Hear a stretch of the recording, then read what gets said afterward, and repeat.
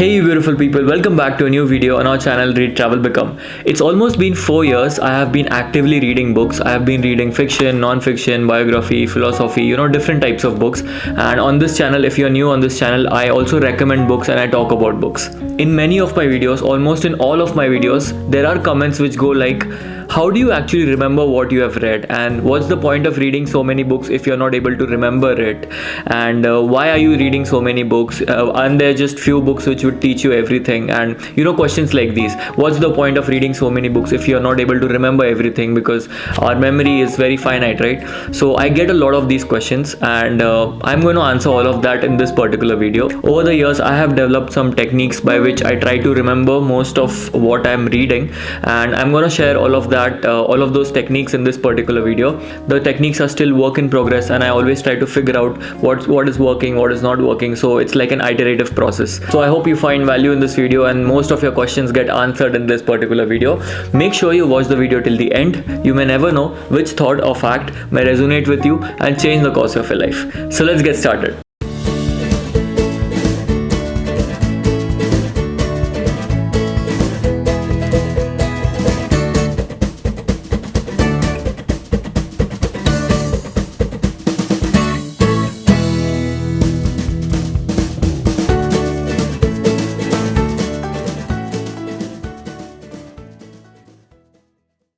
Okay, so before deep diving into the techniques of how I remember what I read, there's a clear distinction between fiction reads and non-fiction reads. And also all of the techniques I'm going to talk about are for non-academic stuff, non-academic reading. Obviously for academic reading, you actually have to memorize everything and apply the concepts and stuff. But for non-academic reading, different ball game altogether. So we are going to talk about non-academic reading only.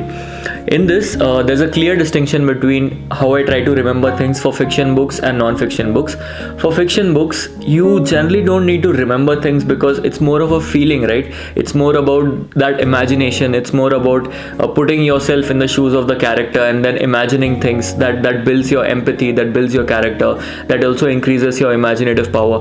This is what fiction is all about. So I never try to remember anything from any fiction books, but yes, if there's a beautiful quote or if there is an ideology which really resonates with me, I literally write it down somewhere, or I use it in some of my Instagram captions, or I upload it on Twitter. That's how I remember it. So for fiction, it's very, very clear. You don't need to remember anything. Now let's talk about the most important part, reading non-fiction books and try to remembering what you have read. Okay, so I'm going to share 5 bullet points with you, and you basically need to adhere to these 5 points if you want to remember most of what you're reading. So let's start with the first point.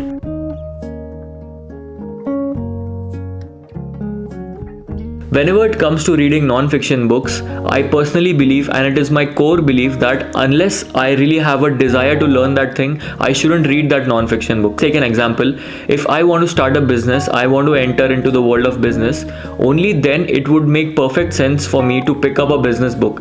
Whatever I'm reading about business, about economics, about finance, about funding, anything, in the back of my mind, in my subconscious mind, I'm already trying to map all of these things to my actual real life business. When you're reading what is desirable for you, you don't have to remember anything. The concepts automatically go into your subconscious. I have followed this technique for a lot of non-fiction books.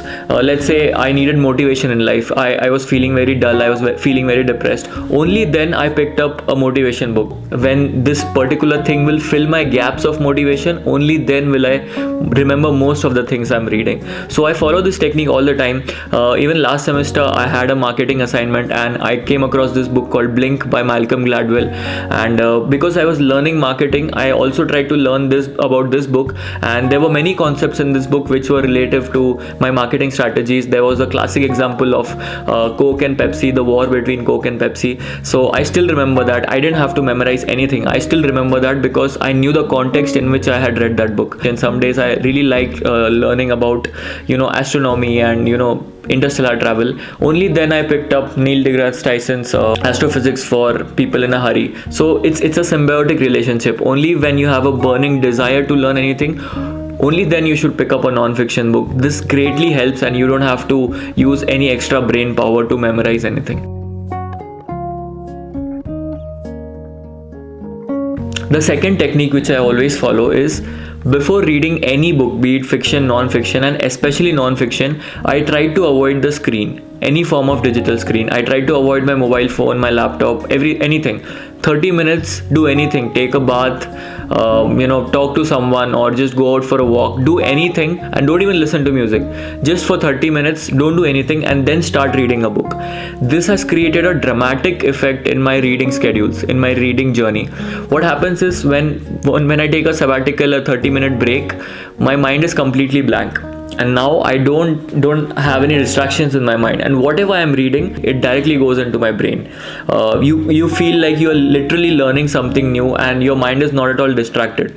Trust me, it sounds very easy, just avoid screen time for 30 minutes, but it is very difficult. Even I had problems following this. I always had an urge to at least check some notification or something before reading. Try doing this. Sit for 30 minutes before reading any book and try to analyze if it is actually creating a difference. I'm very sure you would find a very different result after reading that book. You would have a better experience of reading, and this actually helped me to remember things.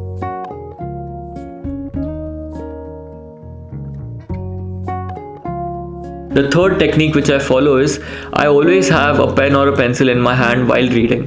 I don't take notes, I don't underline much, I don't highlight much, because I feel that really hampers your learning experience. Whenever you're reading something, rather than trying to understand what is written, your mind somewhere deviates into making sure that you highlight it so that you don't miss it. So this happens to a lot of people. So I don't highlight anything, I don't write anything, but I always keep this in my hand. It just gives me a feeling of learning things. We have been conditioned since our childhood. Reading, writing are synonymous. So when I have this in my hand, I automatically have that cognitive effect in my brain that I am in the learning mode now. So whenever I have this in my hand, it's like, okay, now I have to focus, and now I have to try to grasp whatever it's written. Yes, you can highlight, you can summarize, but do that after reading a concept or after reading some pages. What happens is, when you do that, you also are increasing your memory power. You're trying to remember what you have read, and by this way you are actually boiling down everything. You are filtering out everything and writing only the important points which would be beneficial to you. So this is very beneficial. Don't underline or don't highlight while reading the book. It seriously hampers your learning experience. Definitely your mind goes into thinking, I have to highlight this or else I will miss this. So rather than thinking about the concept, you are thinking about remembering the concept. So these are two very different things. So yeah, this was the third point, that carry a pen in your hand and only highlight after you have read the book.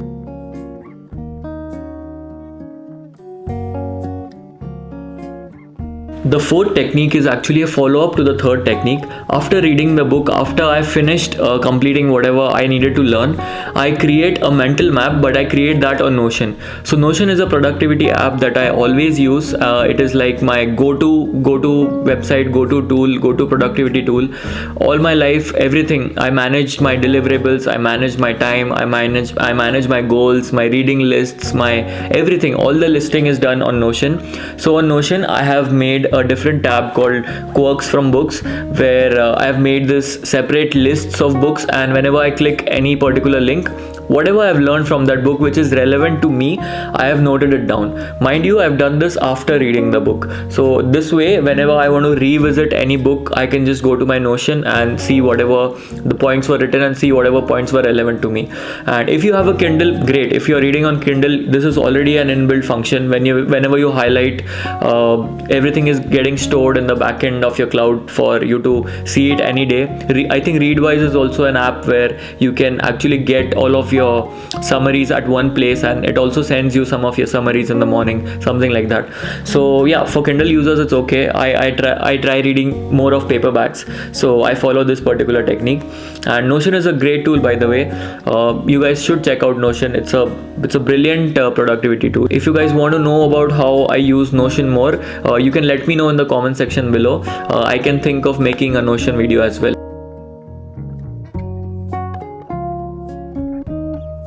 And the fifth technique, which I have been following most of the times, and is also my favorite technique, because of which I have tried to remember most of the things that I have read.